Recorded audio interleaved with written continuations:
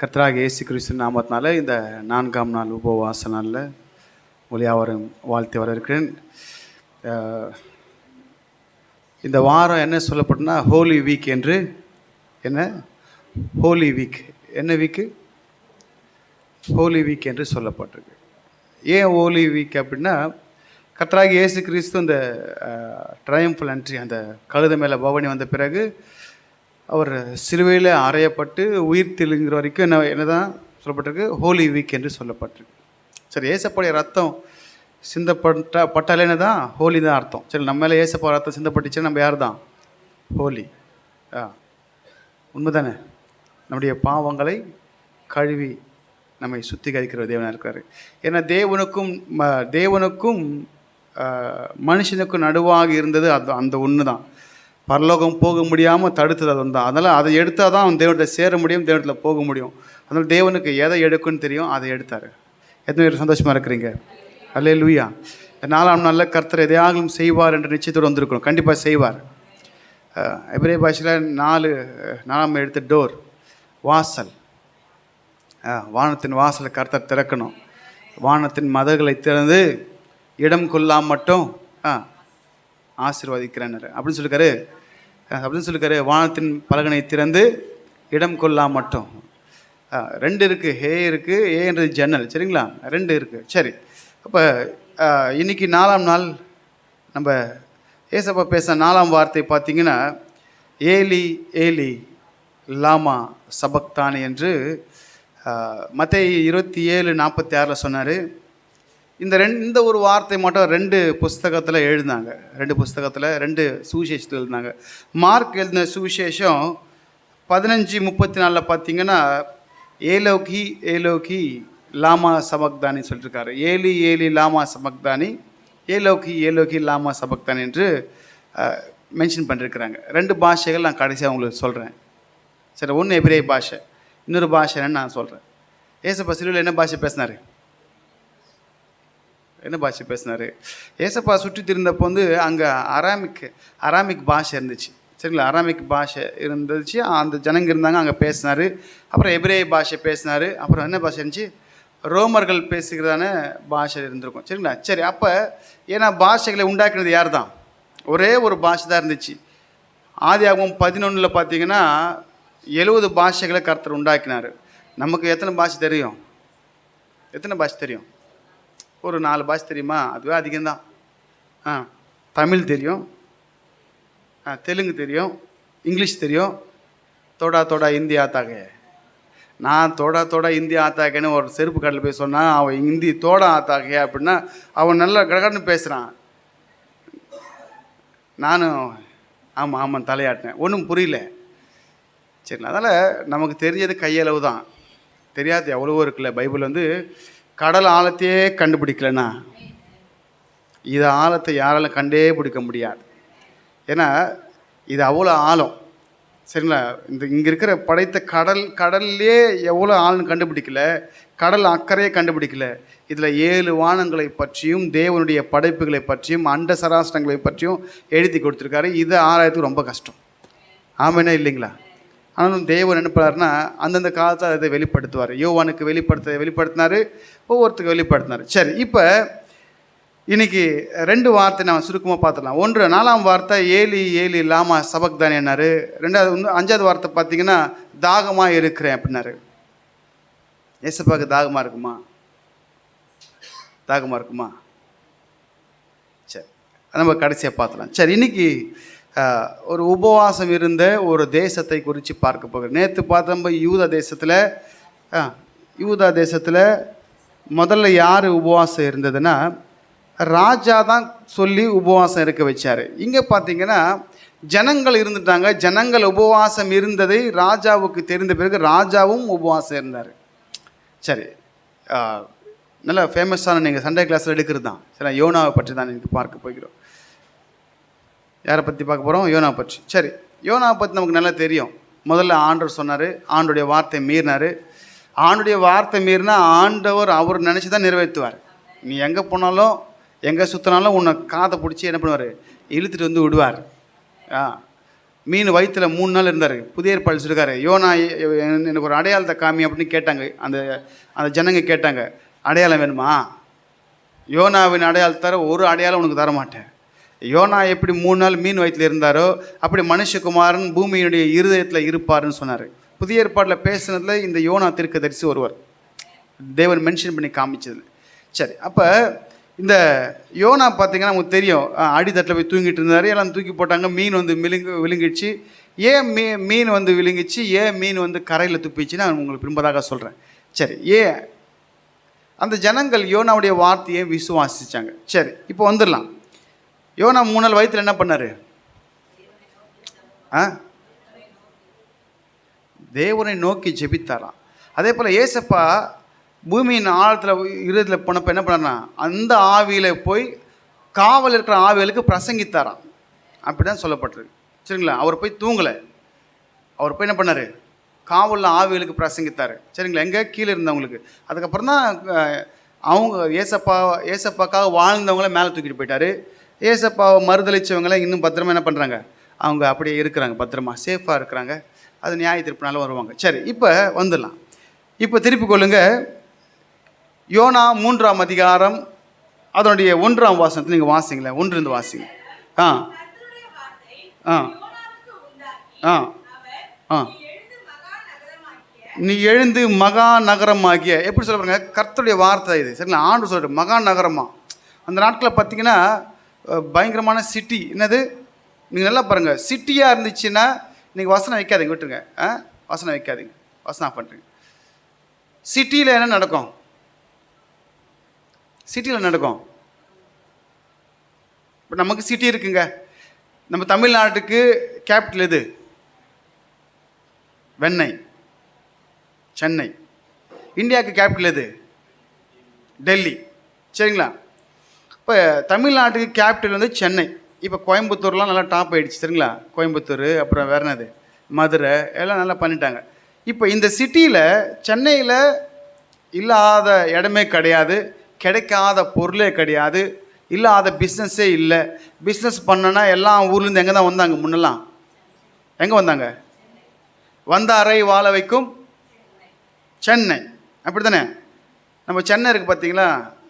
ஆந்திராவிலேருந்து வருவாங்கோ, ஆப்பிரிக்காவிலேருந்து வருவாங்கோ, அப்புறம் டெல்லியிலேருந்து வருவாங்கோ, பையாங்க வருவாங்கோ. பையாங்க வாழ்கிற காலம் இங்கேருந்து அங்கே போனால் அடிப்பாங்கோ பையாங்க. ஆனால் பையாங்க இங்கே வந்து ஜாலியாக இருக்கிறாங்க இல்லைங்களா?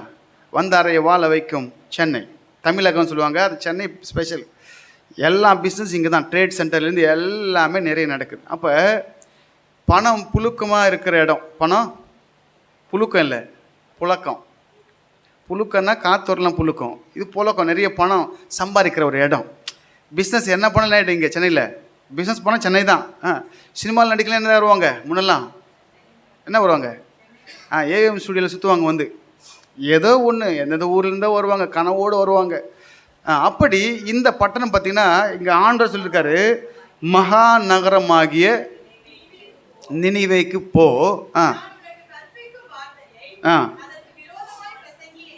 சரி, பணம் அதிகமாக இருந்தால் என்னதான் இருக்கும்? பாவம் அதிகமாக இருக்கும். பணம் 10 செய்யும். 10 இல்லை, பணத்தை வச்சு நிறைய ஆடுறவங்க இருக்கிறாங்க. மது, மாது, சூது, அவங்கள கையெல்லாம் பிடிக்கவே முடியாது பணம் அதிகமாக இருந்துச்சுன்னா. புரியுதா இல்லைங்களா? ஒரு ஆட்டம் ஆயிடுவாங்க. அப்படி இந்த மகா நகரமாகிய நினிவேல பயங்கரமான பாவம். இப்போ ஆண்டவருக்கு போய் எட்டுது. நம்ம நினைப்போம் நம்ம செய்கிறது தெரியாதுன்னு. ஆனால் தேவன் நல்லா பார்ப்பார். நல்லா ஒன்று பாருங்கள், தேவனை தேடுகிற உணர்வுகள் உண்டோ என்று மனு புத்திரனை கண்ணோக்கி பார்க்குற ஆண்டவருக்கு எல்லாம் பார்ப்பார். சரிங்களா? பார்ப்பார். பொதுவாகவே நம்ம வந்து என்ன பாருங்களேன், நமக்கு வந்து நம்ம தேவனிடத்தில் வரும்போது நம்ம எப்படி வரணும், எப்படி வந்தால் தேவனுங்களை பார்ப்பார். இப்போ நான் ஒரு வாரம் சின்ன சொல்கிறேன், நம்ம எப்படி வரணும். நமக்குன்னு ஆண்டு வந்து ஒரு சட்டத்திட்டத்தை வச்சுருக்காரு, நமக்குன்னு ஒரு லைஃப் ஸ்டைல் வச்சுருக்காரு. சர்ச்சுக்கு வந்தால் சர்ச்சுக்கு வர மாதிரி வரணும், ஸ்கூலுக்கு போனால் ஸ்கூலுக்கு போகிற மாதிரி போகணும், பீச்சுக்கு போனால் பீச்சுக்கு போகிற மாதிரி போகிறோம், கடலைங்களா? பார்க்குக்கு போனால் பார்க்குக்கு போகிற மாதிரி போகணும், அப்புறம் எக்ஸட்ரா எங்கே போகிறோம் அப்படி போகணும். நம்ம பார்க்குக்கு போகிற மாதிரி ஸ்கூலுக்கு போனால் என்ன பண்ணுவாங்க? கேட்டாண்ட நிப்பாட்டுவாங்க. கரெக்டாக இல்லைங்களா? நிப்பாட்டுவாங்க. அதே மாதிரி நம்ம வேறு விதமாக சொல்கிறோம், வேறு மாதிரி நம்ம அலங்கரித்து சர்ச்சுக்கு வந்தால் ஆண்டவர் பண்ணுவார், உங்களை உள்ள விட்டுருவோம், நாங்கள் தடுக்க மாட்டோம்ல, உன் ஜெபம் போகாது உள்ள. புரியுதா இல்லைங்களா? உன் ஜெபம் போகுமா? ஸ்கூலுக்கு நம்ம ஸ்டைலிஷாக போனால் ஒத்துக்குவாங்களா? அப்படி லூஸ் ஹேரை விட்டுட்டு சொல்கிறேன், பசங்க நல்லா பங்க் வச்சுட்டு நல்லா பேரல் பேக்கு பெருசான பேண்ட்டை போட்டு போனால் விடுவாங்களா ஸ்கூலுக்குன்னு ஒரு ப்ரொசீஜர் இருக்குது. அப்படி சர்ச்சுக்குன்னு சில ப்ரொசீஜர் இருக்குல்ல. அப்போ நம்ம அப்படி வரும்போது தான் நம்மளுடைய ஒழுக்கத்தை பார்த்து தான், நம்மளுடைய நடவடிக்கை பார்த்து தான் கர்த்தர் நம்முடைய ஜெபத்தை அங்கீகரிப்பார். நம்ம ஜெபம் போகணுமா, அப்போ நம்ம அந்த ப்ரொசீஜருக்கு வந்துடணும். இல்லைன்னா ஜெபம் போகாது. நம்ம வரலாம், உட்காரலாம் பட் நம்மளுடைய ஜெபம் போகாது. நம்ம உட்காந்து என்ன பிரயோஜனம்? நம்ம ஜெபம் போகணும்ல. நம்ம வரதுக்காக இந்த உபவாசம் எதுக்கு வரோம்? ஜெபம் கேட்கணும். அப்போ கர்த்தர் உங்களை பார்க்கணும். ஆமாண்ணே இல்லைங்களா? சரி, கர்த்தர் நல்லவர். அப்போ நமக்குன்னு சில லைஃப் ஸ்டைல், சென்னை தான், பட்டணம் தான், என்ன தான் பட்டணமாக இருந்தாலும் நமக்கு சபைக்கு வரும்போது ஒரு ஒழுக்கம் வேணும். ஆமாண்ணே இல்லைங்களா? இப்போ வெளியே போகும்போது நம்ம எப்படி போனாலும் யாரும் கேட்க போகிறதில்ல. நம்ம வெளியே போய் ஜெபமாக பண்ண போகிறீங்க, நீங்கள் பார்க்கு போய் ஜெபம் பண்ணுவீங்களா? ஏசப்பா கெத்செமனே தோட்டத்தில் போய் ஜெபம் பண்ணார். சரி, கர்த்தர் நல்லவர். சரி, இப்போ இந்த மகா நகரமாகிய நினிவேக்கு நீ எழுந்து கர்த்தருடைய வார்த்தையின்படியே நினிவேக்கு போனான். முதல்ல போகலை, செஞ்ச வேலை அப்படி நல்ல வேலை பார்த்து விட்டார் ஆண்டவர். யாருக்கு? யோனாக்கு. போகணும். போகலையா? மீனே வா, முழுங்க அவனை. உள்ளே எப்படி இருந்திருக்கும்? ஏசி ரூமில் இருக்கிற மாதிரி இருந்திருக்கும், ஜில்லுன்னு. உள்ள பயங்கரமான ஒரு புழுக்கம். ஆனால் தேவன் இடத்துல என்ன பண்ணார்னா, அவர் உள்ளேயே முட்டி போட்டு ஜெபிச்சாருன்னு வேதம் சொல்லுது. என்ன பண்ணாராம்? அந்த மீனுக்கு கர்த்தருக்கு கிரேட் ஃபிஷ்ஷாக அங்கே சொல்லப்பட்டிருக்கு. யோனாவை தூக்கி போட்டப்போ சாதாரண மீனில், இங்கிலீஷில் கிரேட் ஃபிஷ்னு சொல்லப்பட்டிருக்கு, பெரிய மீனைன்னு சொல்லப்பட்டிருக்கு. சரி, தேவன் எல்லாவற்றையும் ஆயத்தம் படுத்தி வச்சுருப்பார். தேவன் ஆயத்தம் பண்ணதை கண் பார்க்கவும் இல்லை, நம்ம இருதயத்தில் தோன்றவும் இல்லை. யோனாக்கு தெரிஞ்சிருக்குமா, என்னை தூக்கி கடலில் போடு, நான் அலையில் மூங்கி சாவுறேன் அப்படின்னு அப்படி தான் நினச்சிருப்பார். மீன் விழுங்குன்னு அவர் நினச்சி கூட பார்க்கல. சரிங்களா? தேவ திட்டம் நிறைவேறுனா நம்ம எங்கே விழுந்தாலும் கர்த்தர் தூக்கிடுவார், காப்பாற்றுவார். சரி, இப்போ தேவனுடைய வார்த்தை நினிவேக்கு 3 நாள், 3 நாள் பிரயாணம் பண்ணுகிற விஸ்தாரமான மகா பெரிய நகரம். யோனா நகரத்தில் பிரவேசித்து 1 நாள் பிரயாணம் பண்ணி இன்னும் 40 நாள் உண்டு. இன்னும் 40 நாள் உண்டு. நினிவே கவிழ்க்கப்பட்டு போகும் அப்படின்னு ஒரு பிரசங்கம் பண்ணுறாரு. சரிங்களா? என்ன ஆகுமா? கவிழ்க்கப்பட்டு போகும் என்று. நான் இதெல்லாம் ஏன்னா நம்முடைய வாழ்க்கையில் சில சின்ன மிஸ்டேக்ஸ் இருக்கும். அந்த மிஸ்டேக்ஸ் எல்லாம் நம்ம தேவனத்தை ரெப்பெண்ட் ஆனால் மட்டும்தான் நம்ம ஜெபம் கேட்கப்படும். இந்த உபவாசனால உட்காரோம், எது திரும்ப உட்காரோம், நம்மளை ஒப்பு கொடுக்குறோம். நம்முடைய குற்றங்கள் குறைகள் இருந்தால் கர்த்தர் மன்னிக்கணும். நமக்கும் தேவனுக்கும் நடுவாக பிரிவினை உண்டாக்குகிற ஏதோ ஒரு காரியம் இருந்துச்சுன்னா நம்ம ரெப்பெண்ட் பண்ணி கேட்டால் தான் கர்த்தர் அதை எடுப்பார். அப்போ தான் உன் ஜெபத்தை கர்த்தர் கேட்பார். அல்லேலூயா. சரி, இப்போ இவர் கவிழ்க்கப்பட்டு போவோம் என்று கூறினான். அப்பொழுது நினிவேயில் உள்ள ஜனங்களா சரி, தேவனை ஏசப்பா தெரியுமா உங்களுக்கு? கர்த்தரை தெரியுமா? அந்த ஜனங்களுக்கு கர்த்தர் தெரியுமா? அவங்க வணங்கின கடவுள் என்ன தெரியுங்களா? அவங்க வணங்கின கடவுள் எல்லாம் திரும்ப சொல்கிறேன். இந்த யோனாவை குறித்து ஆண்டவர் பேசியிருக்காரு. என்ன தெரியும் பேசியிருக்காரு? ரெண்டு இடத்துல 2 சுவிசேஷத்தில் பேசியிருக்காரு. மத்திய எழுதின சுவிசேஷம் 12ஆம் அதிகாரம் 41ஆம் வசனம். மேத்யூ 12:41. மத்தேயு யோனாவின் பிரசங்கத்தை கேட்டு மனம் திரும்பினார்கள். இருக்கிறார், ஆதலால்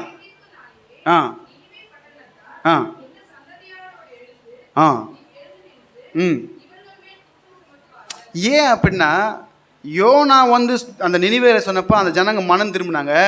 யோனாவோட பெரிய நான் இங்கே இருக்கிறேன். யோனாவுக்கு மீன் அனுப்பினவர், காற்று அனுப்பினவர், கடலை அதட்டினவர், எல்லாம் பண்ணவர், இங்கே இருக்கிறேன். நான் சொல்கிறேன், நீங்கள் மனமே திரும்பலையே அப்படின்னு அவங்கள திட்டாரு. அந்த ஜனங்க நியாய தீர்ப்புனால எழுந்து நின்று, எங்கேயோ இருந்து ஒரு தீர்க்கதரிசி, இவங்க புறஜாதி, அந்த யோனா ஒரு யூதன், ஒரு யூதன், இவங்க ஒரு புறஜாதி, சொன்ன உடனே நம்பி என்ன பண்ணாங்க? மனம் திரும்பி ஒப்பு கொடுத்தாங்க. ஆனால் அந்த யூத ஜனங்கள் என்ன பண்ணலன்னா, தேவன் அந்த வார்த்தை சொல்ல காரணம்னா, எவ்வளவோ சொன்னார், அவங்க என்ன பண்ணல, மனம் திரும்பலை, தெய்வ வார்த்தை விசுவாசிக்கல. அதனால தான் நியாயத்தீர்ப்பில் அவங்க சொல்லுவாங்க அவன் மேலே குற்றத்தை அப்படின்னு அங்கே ஒரு மென்ஷன் பண்ணியிருக்காரு. இன்னொரு சுவிசேஷத்துலையும் இருக்குது அதை பற்றி, அதே சேம் வார்த்தை தான். லூக்கா 11:32 இதே வார்த்தை ஆண்டவர் பேசியிருக்கிறாரு. சரிங்களா? ஏன் அப்படின்னா, தேவன் ஒரு வார்த்தையை நமக்கு சொல்லும்போது அதை நம்பணும். யோனாவின் பிரசங்கம் அதே சேம் தான், அதுதான் இருக்குது. அதுதான் யோனாவின் பிரசங்கத்தை கேட்டு நினிவேயின் ஜனங்க என்ன பண்ணாங்கன்னா மனம் திரும்பினாங்க. அது ஏன் ஒரு வருத்தமாக சொல்கிறாருன்னா, இப்போ யோனாவோட பெரியவராக இருக்கிறப்பா, தேவாலயத்தில் பெரியவர், ஆபிரகாமிலும் பெரியவர், சாலமோனிலும் பெரியவர், இவர் தான் பெரியவர், ஏசப்பா தான், வார்த்தை தான் பெருசு. சொல்கிறேன், நீ கேட்கவே இல்லையே. அவன் நாளைக்கு நியாயத்தீர்ப்பு நிற்பான், அவன் உன் மேலே சொல்லுவான் குற்றத்தை, நீ மனமே திரும்பலை, நீ பைபிள் கையில் இருக்குது, டெய்லி வசனத்தை படிக்கிற, டெய்லி என்ன பண்ணுற, பல பிரசங்கங்களை கேட்குற, செவ்வாய்க்கிழமை, வெள்ளிக்கிழமை, ஞாயிற்றுக்கிழமை போய் உபவாச கூட்டத்துலேயும் ஆராதனை உட்கார்ற, எவ்வளோ வார்த்தைகள் உன்னை நோக்கி வந்திருக்கு, நான் பேச வச்சேன், யோனாவை வச்சு பேசுனது போல் நான் ஊழியக்காரை வச்சு பேச வச்சேன்னு அந்த வார்த்தையை கேட்டு என்ன பண்ணல அப்படின்னா ஒரு வருத்தப்படுவார். சரிங்களா? கண்டிப்பாக வார்த்தை ஞாயிற்றுக்கிழமை சொல்கிற பிரசங்கம் யாருக்கோ இல்லை. நினிவேக்கு யோனாவை அனுப்பி பேச வைக்கிறாருன்னா நினிவே ஜனங்களுக்கு தான் வார்த்தை. ஞாயிற்றுக்கிழமை இங்கே சபையில் பேச வைக்கிறாருன்னா உங்களுக்கு தான் வார்த்தை, அது ரோட்டில் போகிறவங்களுக்கு இல்லை. புரிதலைங்களா? இங்கே உட்காந்துருக்குறீங்கன்னா அந்த வார்த்தை உங்களுக்கு கொடுக்கும்படியாக தான் தேவன் கொடுப்பாரு. நினிவேக்கு போய் சொல்ல, நினிவேக்கு அந்த ஜனங்களுக்கு தான். சரிங்களா? அப்போ அந்த ஜனங்கள் என்ன பண்ணாங்கன்னா, தேவ வார்த்தையை கேட்டு விசுவாசித்தாங்க. அதுதான் முக்கியம். யோனா யாருன்னு தெரியாது, எந்த ஊர்லேருந்து வந்தாருன்னு தெரியாது. தேவன் 40 நாள், இன்றைக்கி முதல் நாள்ப்பா, இன்னும் 2 நாள் சுற்றணும், 2 நாள் சுற்றணும், 3 நாள் பிரயாணம் தூரம், முதல் நாள் பிரசங்கம் பண்ணுறாரு, இந்த பட்டணம் கவிழ்க்கப்படும் சொல்லிட்டு. ஆனால் ஜனங்க என்ன பண்ணிட்டாங்கன்னா, பயந்து விசுவாசித்து மனம் திரும்பினாங்க. சரி, இந்த நினிவே பார்த்தீங்கன்னா இப்போ நினிவே எங்கே அந்த இடம் பார்த்தீங்கன்னா ஈராக் என்று சொல்லப்படுறாங்க. ஈராக்கில் மோசூல் என்ற ஒரு பட்டணமா இப்போ அன்றைக்கி இருந்த இடம். இப்போ இன்றைக்கி என்னதுன்னா, அன்றைக்கி நினிவே, இன்னைக்கு ஈராக்னா எங்கே ஈரானை விட்டுருங்க. ஈரான் வேறு, ஈரான் வேறு, ஈராக் வேறு. சவுதி அரேபியா கண்ட்ரி நல்லா இன்னைக்கு பணம் புழுக்கமாக இருக்கிற இடம் இது. எந்த இடம்? சவுதி தானே? சவுதி தானே? ஆமாம்மா இல்லைங்களா? புர்ஜ் கலிஃபா எங்கே இருக்குது? எல்லாம் அது ஒன்று தானே, சவுதி எல்லாமே. அது ஈராக் வேறையா? அது வேறையா? ஈராக் வேறு, துபாய் வேறையா? சரி, ஓகே. அப்போ இந்த துருக்கி இந்த பகுதிகளில் தான் இந்த நினிவே பட்டணம் சொல்லப்பட்டிருக்கு. நல்ல செழிப்பான ஒரு இடம். சரி, ஆனால் பைபிள் சொல்லப்பட்டோன்னா ஈராக்கில் மோசூல் என்ற ஒரு சிட்டியா இன்னைக்காக அந்த நினிவே என்கிற ஒரு இடம். சரி, இப்போ தேவன் ஒரு மீனை வச்சு ஏன் முள்ளுங்க வச்சு அனுப்புனார்? எதுக்காக ஆண்டு மீனை சூஸ் பண்ணார்? எதுக்கு சூஸ் பண்ணார்? நமக்கு ஒரு கேள்வி வரும்ல, வேற எதையாவது அனுப்பியிருக்கலாம்ல அவரை கொண்டு வந்து வெளியே போடுறதுக்கு. இல்லை அவர் நீச்சல் அடிச்சு கூட வந்திருக்கலாம்ல. ஆமாம்மா இல்லைங்களா? ஏன் மீனை சூஸ் பண்ணார்? சரி, அவங்க வணங்குகிற தெய்வம் என்ன தெரியுங்களா? அந்த ஜனங்க, அந்த நினிவே ஜனங்க வணங்குறது பார்த்திங்கன்னா இஸ்தார் என்கிற ஒரு தெய்வத்தை வணங்குவாங்க. சரிங்களா? என்னது அதான் நீங்கள் ஈஸ்டர்னு சொல்லுவீங்க. ஈஸ்டர்னு சொல்லவே கூடாது. சரிங்களா? ரிசரக்ஷன் டே, உயிர் தேர்தல் நாள்னு சொல்லணும். இந்த ஈஸ்டரு இஸ்தார் எல்லாம் ஒன்று தான். சரிங்களா? ரெண்டாவது இந்த ஈஸ்தார் என்ற தெய்வம் பார்த்திங்கன்னா பொலிட்டிக்கல் அண்ட் செக்ஷுவாலிட்டி தான். சரிங்களா? பொலிட்டிக்கல், இந்த அரசியலும் மற்ற அந்த செக்ஷுவாலிட்டிக்காக. இன்றைக்கி அரசியல் எப்படி இருப்பாங்க? பயங்கரமான ஆளாக இருப்பாங்க. சரி, அது ஒரு ஆவி அவங்களுக்குள்ளே புகுந்துட்டு அவங்கள அப்படி பண்ண வைக்கும். சரிங்களா? சில இதெல்லாம் நாங்கள் மனுஷங்க நல்லவங்க தான், அவனுக்குள்ளே திடீர்னு ஆவி பூந்துக்கும். சரிங்களா? பூந்துட்டு நல்லா இருக்கிறவன் அமாவாசை தானே என்ன ஆயிடுவாங்க? நல்லா தானே இருந்த, ஏன் அமாவாசை வரும்போது அரக்கனாயிடுற, உள்ள ஒன்று புகுந்துக்குன்னு அவனாக இருக்க மாட்டான், அது வேறு மாதிரி ஆக்கிடும். சரிங்களா?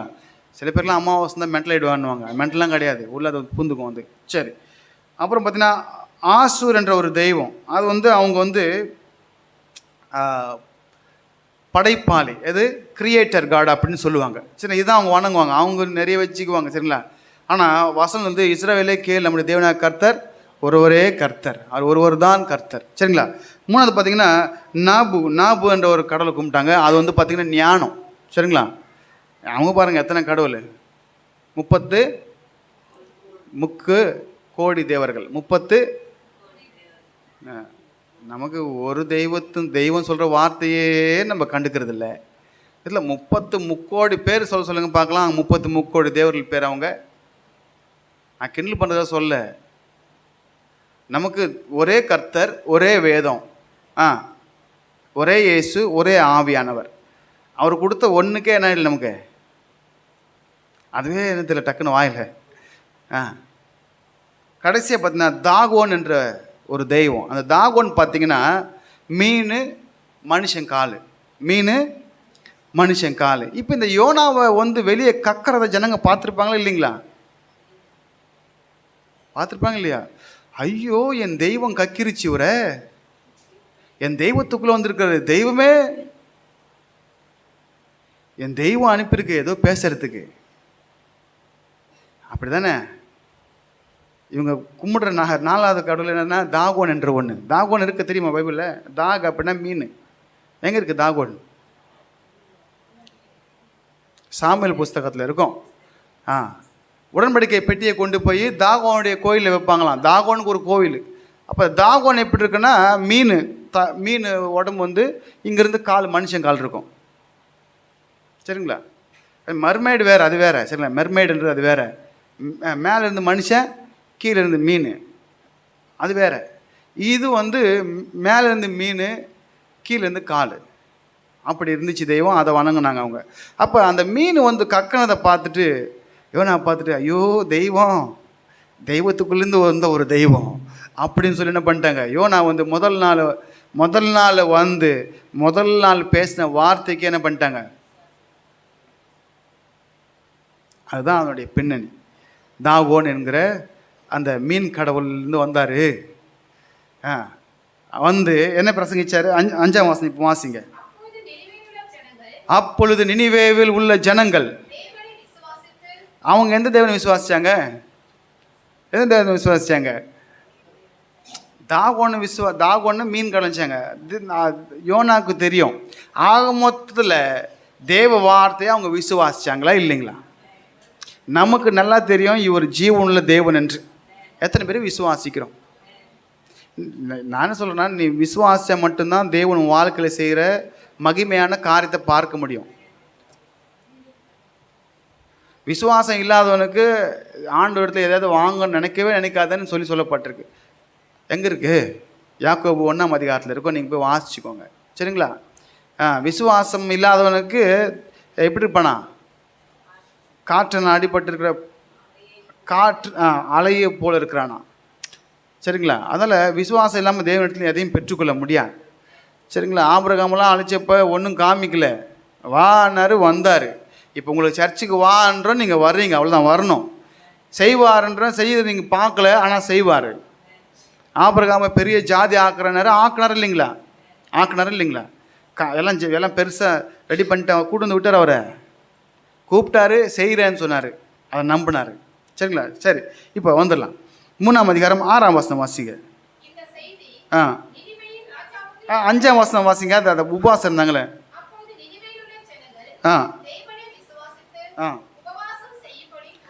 ஏன் உபவாசம் டக்குன்னு எடுத்தாங்க? டக்குன்னு? அவங்களுக்கு நல்லா தெரியும், உபவாசிச்சேன்னா தேவன் மனசு இறங்குவார். அல்லேலூயா. நமக்கு தான் தெரியல உபவாசம் இருந்தால் மனசு இறங்குவாரான்னு. அதுக்கு தான் வெள்ளிக்கிழமை உபவாசம் இருங்க. நீங்கள் வாரத்தில் 7 நாளும் பர்ஃபெக்டாக நம்ம வாழ்ந்துருவோமா? ஒரு வாயிலேருந்து ஒரு வார்த்தை வராது, ஒரு தவறான பார்வை இருக்காது, ஏதாவது வந்துடும்ல. இப்போ அது தேவனுக்கும் நமக்கும் நம்முடைய விண்ணப்பங்களுக்கும் தடையாக இருக்கும். இப்போ அது மனசு இறங்கினா தான் அவர் மறக்கணும். அவர் மறக்கணும்னா நீ என்ன பண்ணணும்? உபவாசம் போடணும். இனி நான் செய்யாதபடிக்கு காத்துக்கொள்ளுங்க ஆண்டவர். அதனால் வாரத்தில் அட்லீஸ்ட் ஒரு நாளாவது உபவாசம் இருக்க கொஞ்சம் ட்ரை பண்ணுங்க. வயிற்றை கொஞ்சம் காயப்படுங்க. அது உங்கள் உடம்புக்கு நல்லது, தேவனுக்கு உகந்ததாக இருக்கும். வயிற்றை காய போட்டிங்களா? போடணும். சரி, இப்போ ஏன்னா இவ்வகையான பிசாசு ஜபத்தினாலும் உபவாசத்தினாலும் ஜபம் பண்ணுறோம் ரைட்டு, நம்ம டெய்லி ஜபம் பண்ணுறோம். சிலது போவாதுகள்லாம் சொல்யூஷன் ஒன்றே உபவாசம் தான். சரிங்களா? இந்த ஜனங்க என்ன பண்ணாங்கன்னா டக்குன்னு போடு உபவாசத்தை அப்படின்னாங்க. உபவாசத்தை போட்டாங்க. இது ராஜா காதுக்கு போயிடுச்சு. 6ஆம் வசனம் வாங்க. ஆ ஆ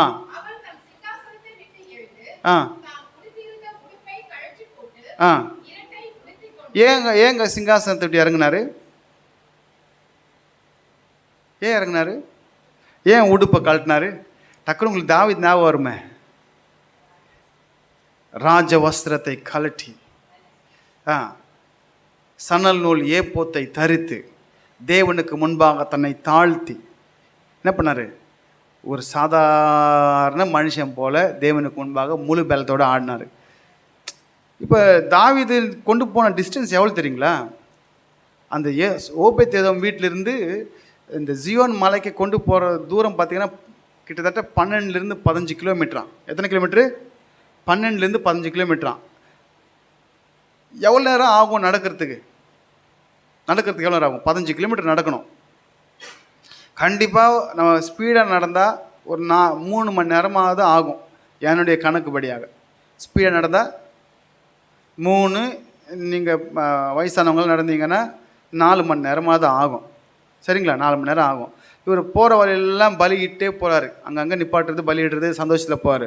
அப்போ கிட்டத்தட்ட அவர் போய் சேர்கிறதுக்கு 1 நாள் ஆச்சான். எத்தனை நாள் ஆச்சான்? 1 நாள் ஆச்சான். அப்போ 1 நாளும் அந்த நாள் ஃபுல்லாக என்ன பண்ணார்? இப்போ நீங்கள் பாடணும், தாவீதை போல நடனமாடி. 1 நாள் ஃபுல்லாக ஆடுவீங்களா? சொல்லுங்க பார்க்கலாம். கைத்தாளத்தோடும் மத்தாளத்தோடும் அப்பாவை தட்டுவீங்களா? 1 நாள் ஃபுல்லாக கையை 2 பாட்டுக்கு தட்டுறதே நீங்கள் பெரிய விஷயம். கரெக்டாக இல்லைங்களா? ஆமாம் இல்லையா? அவர் 1 நாள் ஃபுல்லாக முழு பலத்தோடு கர்த்தருடைய உடன்படிக்கையை பற்றி முன்பாக டான்ஸ் ஆட்டே போனாராம். அப்போ நம்ம ஏதோ பார்க்குறதுக்கு கேட்குறது ஒரு மாதிரி இருக்குல்ல. அவர் அந்த நாள் ஃபுல்லாக எப்படி இருந்து சாப்பிட்டு நினைக்கிறீங்க? சந்தோஷத்துலேயே பசி இருக்காது, அப்படியே போனார் தேவனுக்கு முன்பாக. சரி, இப்போ வந்துடலாம். இப்போ உடுப்பை கலற்றி போட்டு இரட்டை உடுத்தி கொண்டு சாம்பல்ல உட்கார்ந்து ஆ ஆ ஆ ஆ ஆ ஆ ஆ ஆ ம் சரி, எதுவும் பாவம் அது என்ன பண்ணிச்சு அப்படின்னு நீங்கள் நினைப்பீங்க. அதனால் ஒன்றையும் விட்டு வைக்கல. சரிங்களா? அதனால் அது எல்லாத்துக்கும் போடு உபவாசம். ஏன்னா தேவன் எல்லாத்தையும் அழிக்கிறனாரு. நோவாவின் நாட்களில் எல்லாத்தையும் அழிச்சாருங்களா? ஏன் தெரியுமா? தவறான காரியங்கள் நடந்துச்சாப்ப. அதுதான் ஒரு நாட்களில் உடன்படிக்கை கொடுத்தாரு. சரிங்களா? ரைட். அப்போ எல்லாத்துக்கும் போடு. இவங்க போட்ட உபவாசம் எத்தனை நாள் தெரியுங்களா? நமக்கு தெரியாது. 3 நாள். எத்தனை நாள்? 3 நாள் உபவாசம். நான் சொன்னல 3 நாள் உபவாசம். எஸ்தர் ஒரு 3 நாள் உபவாசம். பவுல் ஒரு 3 நாள் உபவாசம். வேறு யார் 3 நாள் உபவாசம்? சரி, இப்போ இவங்க ஒரு 3 நாள் உபவாசம். 3 நாள் உபவாசமாக இருக்கிறாங்க. எத்தனை நாள்? நீங்கள் தேடும்போது 3 நாள்னு சொல்லப்பட்டிருக்கு. சரி, நான் தேடிலாம் ஆரஞ்சு பார்த்தேன். 3 நாள் உபவாசம் இருக்கிறாங்க. எங்கே உட்காந்துருக்காரு ராஜா? போயிட்டு ராஜா எங்கே உட்காந்தாரு? ஏன் சாம்பல் உட்காந்தாரு? உட்காந்தாருங்க? நம்ம எதுக்காவது யோசிக்கிறோமா சாம்பல் ஏன் உட்காந்துருக்கோன்னு சொல்லிட்டு? இரட்டை உடுத்துறாங்க, கோனி ட்ரெஸ்ஸு போடுறாங்க. கோனி ட்ரெஸ்ஸு போட்டால் எப்படி இருக்கும்? அரிக்கும். அப்படி தானே? அரிக்குமா? வெயிலுக்கெல்லாம் என்ன போடுவோம்? Soft cotton. சாஃப்ட் காட்டன் போட்டால் தான் எப்படி இருக்கும்? அதோட பிளாக் போட்டெல்லாம் எரியும் உடம்புலாம். அப்போ இவர் என்ன பண்ணுறான்? ரெட்டை உடுத்தி சாம்பலில் உட்காந்துறான். சாம்பலில் உட்காந்தவர் யார் தெரியுமா? ஒருத்தர் யோபு உட்காந்தார் சாம்பலில். 2ஆம் அதிகாரம் 8ஆம் வசனத்தில். அவருக்கு உடம்புல இருக்கிற புண்ணு, அந்த வேதனை, வேதனைக்காக என்ன பண்ணார்? அவமானம். அவருக்கு வந்து என்ன, ஆழ்ந்த சோகம், அவமானம், ஆழ்ந்த உடல் துன்பம். அதை தாங்க முடியாமல் சாம்பலில் உட்காந்து ஓட்டை வச்சு என்ன பண்ணார்? ஓட்டை வச்சு சொரிஞ்சாராம். அப்போ கூட தன் உத்தமத்தில் இருந்தார். 2ஆம் அதிகாரம் 9ஆம் வசனத்தில் அவங்க மனைவி சொல்கிறாங்க, எந்த வரைக்கும் நீ இருப்ப உன் உத்தமத்தில், தேவனை தூஷித்து, அப்படி தான் தப்பாக நினச்சிக்கிறாங்க. அவங்க அப்படி சொல்லவே இல்லை. நீ இவ்வளவு துன்பத்திலையும் உன் தேவனை நீ நம்புகிற பற்றியா? உன்னை பார்க்குறதுக்கு எனக்கு ரொம்ப கஷ்டமாக இருக்குது, உன்னை பார்க்குறதுக்கு ரொம்ப கஷ்டமாக இருக்குது, நீ இப்படி வாழ்கிறத விட தேவனிடத்து உன் ஆவி ஒப்பு கொடு அப்படின்னு சொன்னாங்க. தேவ நாமத்தை உயர்த்தி உன் ஜீவனை விட்டுரு அப்படின்னு சொன்னாங்க. எபிரேய பாஷையில் பராக்னு ஒரு வார்த்தை இருக்கு. அதில் தேவனை தூஷித்தில்ல, அவர் நாமத்தை உயர்த்திட்டு உன் ஜீவனை விட்டுரு. நீ இப்படி வாழ்ந்த மனுஷன் உன்னை இப்படி பார்க்கறதுக்கு என்னால் முடியல, உன் ஆவியை தேவனிடத்தில் ஒப்பு கொடுத்துரு அப்படின்னு சொன்னாங்க அவங்க மனைவி. புரியுதா இல்லைங்களா? அதனால தான் அதே மனைவிக்கு தான் மறுபடியும் 10 பிள்ளைங்க. யோபு எத்தனை வருஷம் வாழ்ந்தாருன்னா மனைவி அத்தனை வருஷம் வாழ்ந்துருக்கும். ஆமாம் இல்லைங்களா? அவங்க பொண்ணுலாம் அவ்வளோ அழகாம். 7 ஆம்பளை பசங்க 3 பொண்ணுங்களா, பேரோடு சொல்லியிருக்காங்க. பொம்பளை பிள்ளைங்க பேர் சொன்னது இவங்க கொஞ்சம் பேர். சரிங்களா? சரி. அப்படி இந்த சாம்பலில் உட்கார்றதுக்குன்னா தன்னுடைய துக்கத்தை, தன்னுடைய துன்பத்தை காண்பிப்பதற்காக. ஒரு ராஜாவாக இருந்தாலும் எங்கே தான் உட்காரணும்? தேவ வார்த்தைக்கு முன்னாடி கீழே தான் உட்காரணும். இல்லைன்னா என்ன ஆகும்? அவன் ராஜ்யம் நிலை நிற்காது. பாபிலோன் ராஜாவாக இருந்தாலும் ஏசப்பா வார்த்தைக்கு முன்னாடி ஒன்றுமே இல்லை. சரிங்களா? சரி. அப்போ உட்காந்து என்ன பண்ணாங்க? உபவாசம் இருந்தாங்க.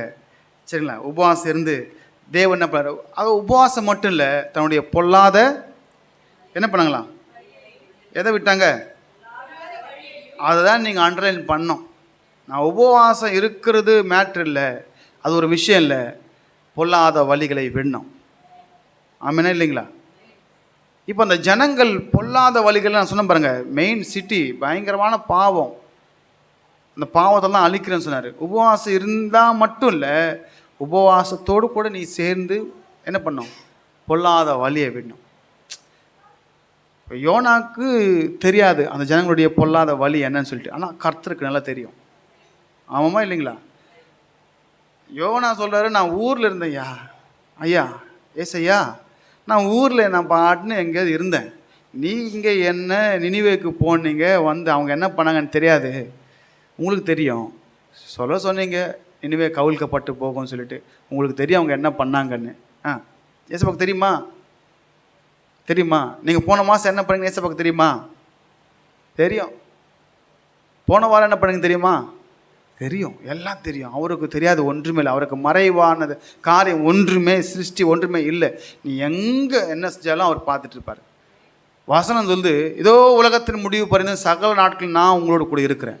என்னைக்கு நீங்கள் ஏசப்பாவுக்கு ஒப்பு கொடுத்து ஞானசானம் எடுத்து ரட்சிக்கப்பட்டு நீங்கள் வாழ்றீங்களோ அந்த நேரம் முதல் கொண்டு ஏசப்பா உங்க கூட இருப்பார். நீ செய்கிற ஒவ்வொரு கிரியையும் பார்த்து கொண்டிருப்பார். சரிங்களா? அதனால் ரொம்ப ரொம்ப ஜாக்கிரதை இருக்கணும். மனம் திரும்பணும். மனம் திரும்பி இவங்க இருந்தாங்க, தேவன் மனசு இறங்கிட்டார். அப்படி தானே இருக்குது.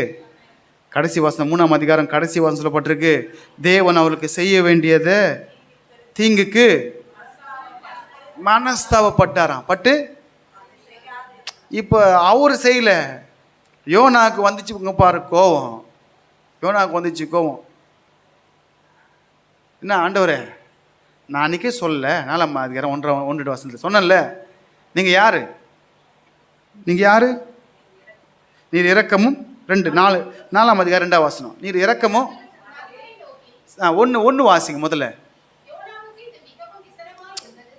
ஏன் விசனமாக இருந்துச்சு? அவர் சொன்னதை நடக்கலைன்னா இவர் என்ன தீர்க்கதரிசி? ஒரு கள தீர்க்கதரிசி. அப்படி தானே? ஒரு மனுஷன் சொல்லி நடக்கலன்னா கள தீர்க்குன்னு சொல்லுவாங்க. இப்போ ஆண்டரை மன்னிச்சு விட்டுருக்காரு, இவருக்கு கோவம் வந்துச்சு ஒரு பக்கம். யார் மேலே கோபம் கொண்டாரு? தேவ மேலே கோபம் கொள்ளலாமா? சரி, கோபம் கொண்டு கர்த்தரை நோக்கி விண்ணப்பம் பண்ணி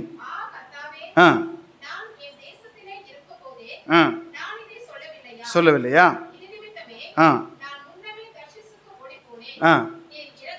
நீர் இரக்கமும்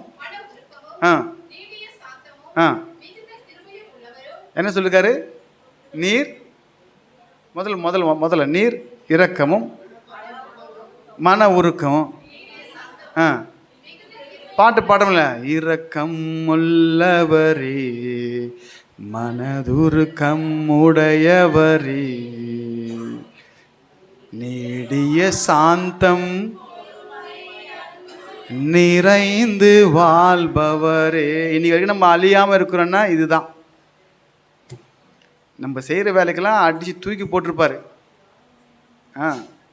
போல கடி வாங்கியிருப்போம்.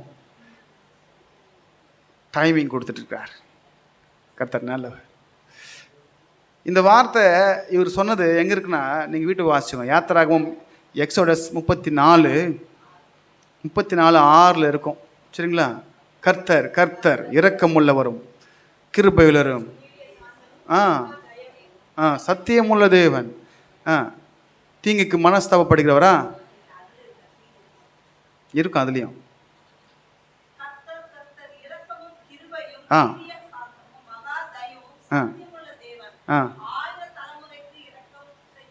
அப்புறம் அதுதான் மன்னிச்சிட்டாரு. ஏன் தெரியுமா? அவங்க ரெப்பெண்ட் ஆனாங்க. ஒரு வேளை நீங்கள் உங்களை பற்றி உங்களுக்கு நல்லா தெரியும். சரிங்களா? ஆண்டவரே, எந்த காரியத்தில் நான் குறைவாக இருக்கிறேன், எந்த காரியம் எனக்கும் உமக்கும் இடையில நிற்கிறது, அதை நான் என்ன பண்ணுறேன், இன்றைக்கி உங்கள்கிட்ட நான் சப்மிட் பண்ணுறேன். ஒரு சீக்ரெட், ரகசியமாக உங்களுக்கும் ஏசப்பாக்கு மட்டும்தான் அது.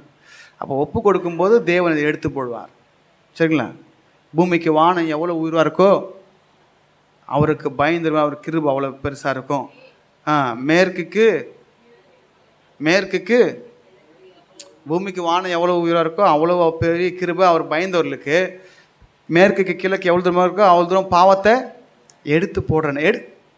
மன்னிக்கல எடுத்து போடுவாரான். உனக்குள்ளேருந்து பாவத்தை எடுத்து போடுவார். பாவியாக இருந்தேன், இன்றைக்கி நான் இப்படி வாழ்கிறதுக்கு காரணம் அவர் தான்.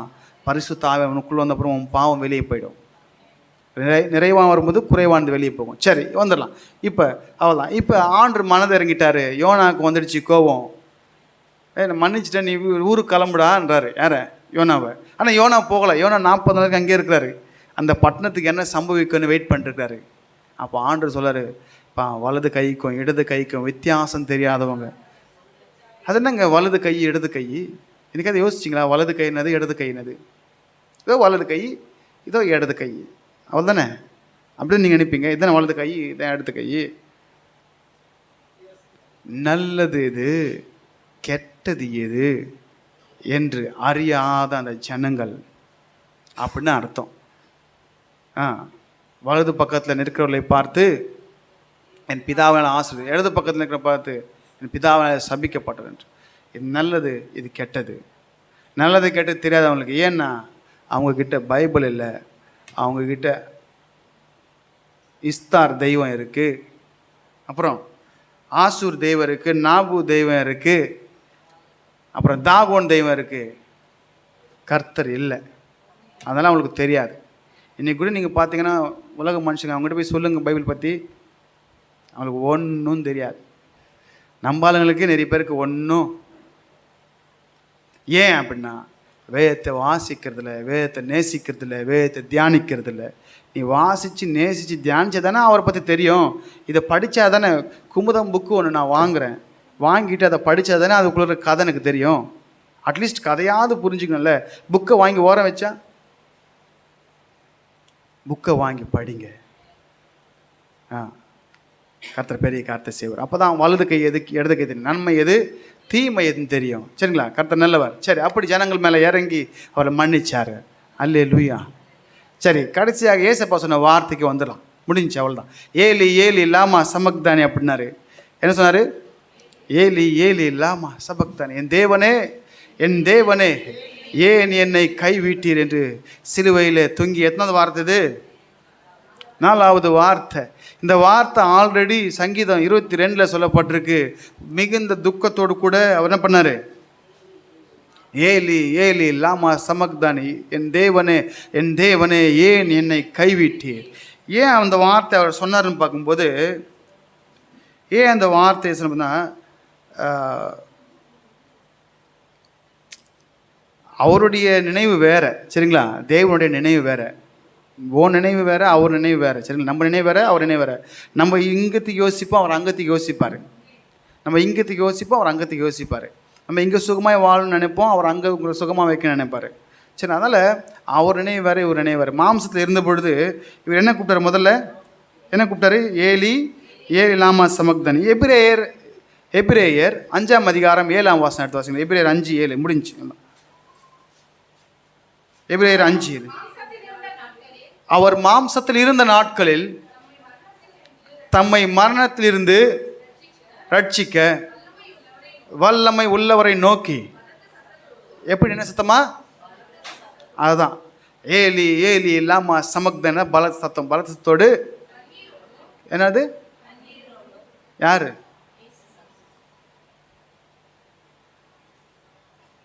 என்னைக்காவது நீங்கள் வாசிச்சிங்களா அவர் கண்ணீர் விட்டாருன்னு? வாசிச்சிங்களா? நகரத்தை பார்த்து கண்ணீர் விட்டார், ஜனங்களை பார்த்து கண்ணீர் விட்டார், கடைசியில் சிலுவையில் கண்ணீர் விடுறாரா இல்லைங்களா? ஏலி ஏலி அங்கே வசனம் தான் சொல்லுது. அப்போஸ் நான் இங்கே பவுல் அங்கே வெளிப்படுத்துகிற மாதிரி அந்த வசனத்தை அப்படி வாசிங்க. கண்ணீர் விட்டு கண்ணீரோடும் யாருக்காக விண்ணப்பம் பண்ணுறாரு? யாருக்காக? என்ன சொல்லுங்க? எனக்காக. யாருக்காக விண்ணப்பம் பண்ணுறாரு? அவர் மறிச்சது யாருக்காக? எனக்காக. சொல்லுங்க, எனக்காக மறிச்சார். பாட்டு பாடுறோம். எனக்காய் ஜீவன் என்னோடு இருக்க.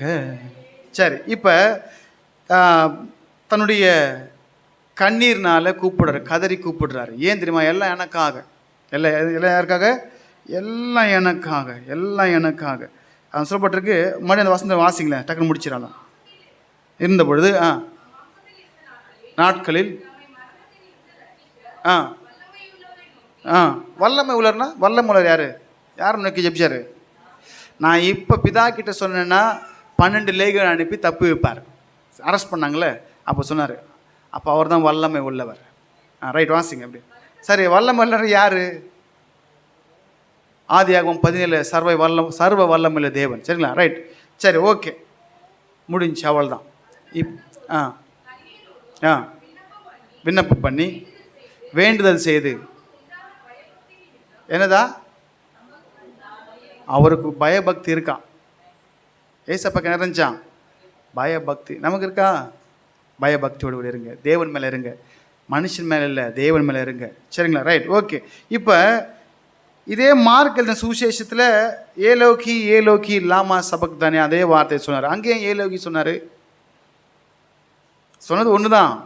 ஆனால் இவர் எழுந்தப்போ ஏலோகி எழுதினார். ஏலோகி பார்த்தீங்கன்னா சிரியா பாஷை, அரமிக் பாஷை என்று சொல்லப்பட்டிருக்கு. ஏலி ஏலி தான் எபிரேய பாஷை. சரிங்களா? ஏலி ஏலி எபிரேய பாஷை. ஏலோகி வந்து என்னது? அரமிக் அண்ட் சிரியா பாஷை. சரிங்களா? சிரியாவுக்கும் என்ன நினைக்கிறீங்களா? யாக்கோபுடைய மாமா யார்? சிரியா தேசத்தானே லாபான். சரிங்களா? சிரியா பாஷை பக்கத்தில் இருக்கிறதால அந்த பாஷைகள் பேசுவாங்க. சரிங்களா? இப்போ நம்ம தமிழ்நாடு பார்த்தீங்கன்னா தமிழ் வந்து தான் தெலுங்கு எல்லாமே. சரிங்களா? ரைட், சரி. கடைசியாக இன்னொரு வார்த்தை, தாகமாக இருக்கிறேன்னு சொன்னார். தாகமாக இருக்கிறேன்னாரு. தாகமாக இருக்கிறாரா ஏசப்பா? இருக்காரா? யார் மேலே தாகமாக இருக்கிறாரு? பாட்டு பாடுறோம். சிலுவையிலே என்னை நினைத்து தாகம் தாகம் என்றார். சிலுவையிலே உன்னை நினைத்து தாகம் தாகம் என்றார். உன்னை ரட்சிக்க உன் பாவம் மன்னிக்க தன்னையே பலியாக்கினார். என்னை ரட்சிக்க என் பாவம் மன்னிக்க தன்னையே பலியாக்கினார். ஆமென் இல்லைங்களா? அப்போ அவர் யாருக்காக இதெல்லாம் செஞ்சாரா? எனக்காக. தாகம்னு ஒரு அம்மா கிட்ட தாகம்னு கேட்டார். தாகத்துக்கு தான்னு கேட்டார். தாகத்துக்கு சமரஸ்திரிகிட்ட கேட்டார், தாகத்துக்கு தா அப்படின்னு. அப்போ அந்த பட்டணத்து மேலே ஒரு தாகம், சமரியா பட்டணத்து மேலே ஒரு தாகம். இப்போ இங்கே சிலுவையில் அவர் மலை மேலே இருக்கிறாரு. எல்லா தேசங்களையும் பார்த்து இந்த ஜனங்கள் மேலே எனக்கு ஒரு தாகம், இவங்களை ரட்சிக்கப்படணும். அந்த தாகத்தில் தான் தாகம் சொன்னார். ஆமாம் இல்லைங்களா? அவர் சொன்ன 5ஆம் வார்த்தை தாகம். எத்தனை பேர் சந்தோஷமாக இருக்கிறீங்க? நினிவே பட்டணத்தார் விசுவாசித்தது போல நீங்களும் விசுவாசிக்கணும். விசுவாசிக்கிறீங்களா? நினிவே ஜனங்க உபவாசம் இருந்து அவங்க மனம் திரும்பும்போது தேவன் அவங்களுக்கு செய்ய வேண்டிய தீங்க என்ன பண்ணார்? அவங்க நன்மையை செஞ்சார். நீங்களும் அப்படி தான் இந்த உபவாச நாட்களில் நீங்கள் மனம் திரும்பி தேவனை நல்லா இருக்க பிடித்து கொள்ளும் பொழுது உங்கள் வாழ்க்கையில் ஏசப்பா அற்புதத்தை செய்வார், நன்மையை பெற்றுக்கொள்ளலாம். ஏன் இவ்வளோ நேரம் சொன்னேன்னா, அந்த ஜனங்களுக்கு எவ்வளோ பயங்கரமான காரியத்தில் தேவன் மறந்து அவங்களுக்கு நன்மை நினைச்சாரு. அதே போல் நம்ம வாழ்க்கையிலையும் இருக்கிற எல்லா காரியத்தையும் இந்த உபவாச நாட்களில் ஒப்பு கொடுங்க தேவனிடத்தில். ஆண்டவர், எந்த காரியத்தில் நான் இடறி இருக்கிறேன், நீங்கள் என்னை மன்னிங்க ஏசப்பா. நீங்கள் எனக்காக சிலுவையில் தொங்குனீங்க, எனக்காக கண்ணீர் விட்டீங்க, என்னை பார்த்து என் ஆத்துமா மேலே உங்களுக்கு தாகம் ஆண்டவர். அப்போ நான் முழுமையாக உங்களுக்கு ஒப்பு கொடுக்குறேன். நீங்கள் எனக்காக எவ்வளோ செஞ்சுருக்கிறீங்க, நான் செய்கிறதுலாம் ஒன்றுமே இல்லை ஏசப்பா. நான் என்ன செய்கிறேன்? எனக்காக நீங்கள் ஜீவனை விட்டீங்க, நிந்தையை ஏற்றுக்கொண்டீங்க, பாடுகளை ஏற்றுக்கொண்டீங்க. அவர் வாங்கின அடிகள் பார்த்திங்கன்னா மொத்தமே தழும்புகள் பார்த்தீங்கன்னா 275 தழும்புகள் கிட்ட இருக்கான் அவர் உடம்புல. தலையில் வச்சு அந்த முள் கிரீடம் பார்த்திங்கன்னா அதுலேயே 50 முள் இருந்துச்சான். எத்தனை முள்?